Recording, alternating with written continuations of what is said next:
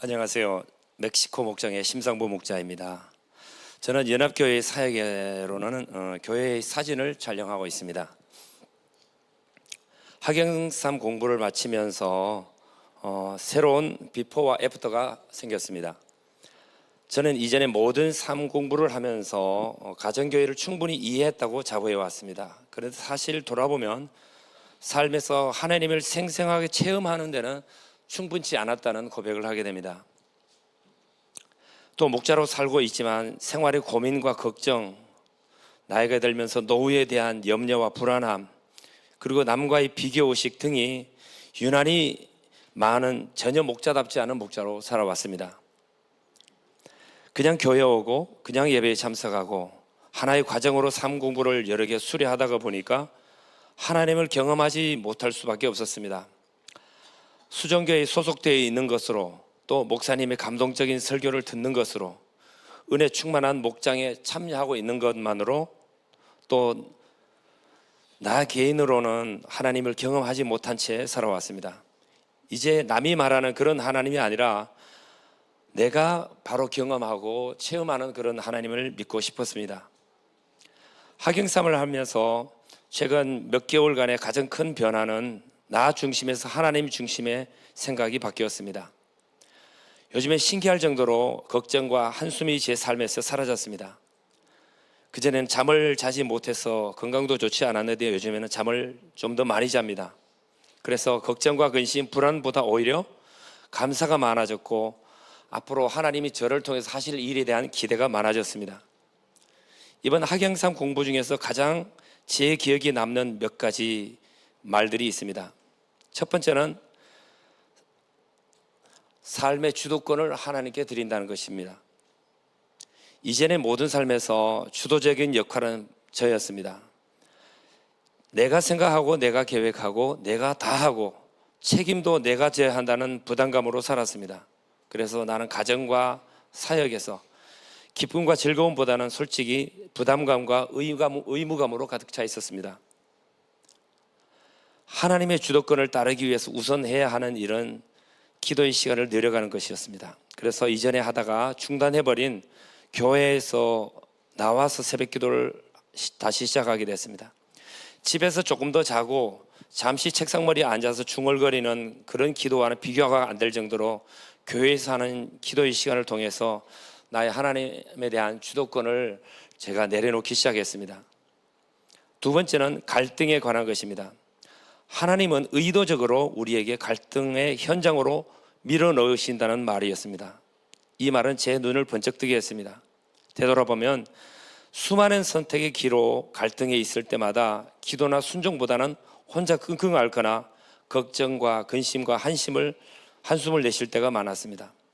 그런 학영삼을 통해서 믿음의 사람답게 믿음의 자세와 태도를 가지고 기도하게 되었습니다. 갈등을 주신 이유를 하나님께 묻고 갈등을 어떻게 해결할 지혜도 구하게 되었습니다. 저는 하나님이 주신 이 갈등의 모든 과정을 통해 하나님이 나를 다루시고 일하시는 그런 하나님을 하나하나 경험하게 되었습니다. 또 한 가지는 나의 크기와 하나님의 크기라는 말이었습니다. 매사에 내 생각은 작았습니다. 내 그릇의 크기 이상으로 결과가 절대로 나오지 않았습니다. 그러다 보니 늘 불가능한 문제투성이들만 보였고 큰 기대감 없이 체념적으로 교회에 오고 또 사역을 해왔던 것 같습니다.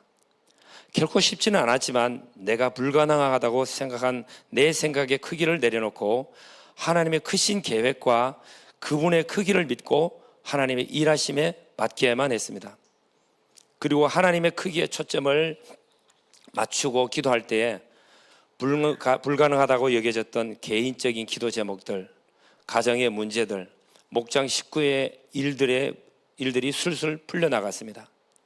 학영삶을 하는 동안 많은 염려 덩어리들이 풀리는 경험을 통해 염려와 스트레스는 없는 그런 삶을 경험하게 되었습니다. 또 마지막 한 가지는 조정이라는 단어였습니다. 하나님은 언제나 우리에게 말씀의 표준을 주십니다. 그리고 거기에 맞는 조정을 하라고 촉구하셨습니다. 적당한 선에서 대충 하는 것이 아닌 획기적인 조정이라는 것이었습니다. 그 조정은 또 선택이 아니라 필수적이라는 것입니다. 그리고 또 그 조정은 내 편리나 이익을 위해서가 아니라 철저하게 하나님의 뜻과 그분의 하시려고 하는 일에 초점을 맞춰야 한다는 꽤나 어려운 것이었습니다. 그동안 제 삶에 큰 변화나 해결점이 없었던 것도 바로 이 획기적인 조정을 제대로 하지 않았기 때문임을 알게 되었습니다. 이 조정을 위해 결단하고 순종할 때야 하나님은 제 안에서 하나님의 일을 하기 시작했습니다. 이번 학영삼을 공부하는 동안 있었던 대표적인 사례 하나만 나눠봅니다. 함께 일하던 아들뻘 되는 커플을 VIP로 삼게 되었습니다. 수차례 서로의 집을 오가기도 하고 초청도 하고 함께 밥도 먹고 함께 여행도 여러 번 갔습니다. 그 커플은 한인들의 사회를 통해서 숱한 배신과 불이익을 당했고 다시는 한인 사회로 소속하지 않겠다는 완강한 커플이었습니다.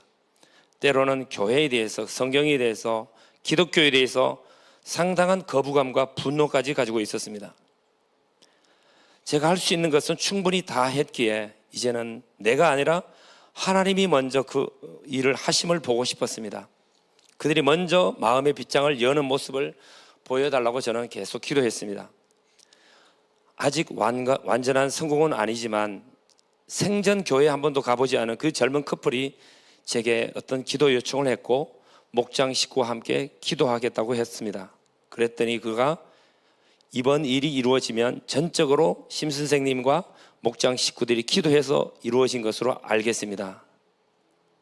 그리고 목장 야외 모임이 한 주 전에 그 일을 위해 목장 식구들이 일주일 동안 함께 기도했고 기도한 대로 하나님이 그 기도 응답을 해주셨습니다. 그때 이렇게 말했습니다. 심 선생님이 믿는 그 하나님이 하셨네요. 다음 주 목장 야외 모임에 꼭 갈게요. 가서 목장 식구들에게 일일이 감사의 인사를 드리겠습니다. 그리고 실제로 목장 1일 캠프에 참석하여서 하루 종일 목장 식구들과 밤늦게까지 즐거운 시간을 보냈습니다. 그리고 나중에는 이런 말까지 했습니다. 수정교회는 정말 진심인 것 같아요. 내가 교회 간다면 꼭 수정교회로 갈 거고요. 심 선생님의 목장에 갈 겁니다. 하나님이 원하시는 일을 위해 저를 초청하셨고 저는 거기에 응답했습니다. 내 크기가 아닌 하나님의 크기를 믿고 맡기고 그분의 일하심을 기다려보는 믿음의 배짱도 생겼습니다. 그 결과 하나님이 저 멀리 까마득한 곳에 계시는 분이 아니라 바로 저와 함께 일하시는 하나님을 경험하게 하셨습니다. 뿐만 아니라 저를 위해 앞서서 일을 준비하시는 하나님을 제 삶에서 경험하는 일들이 많아졌습니다.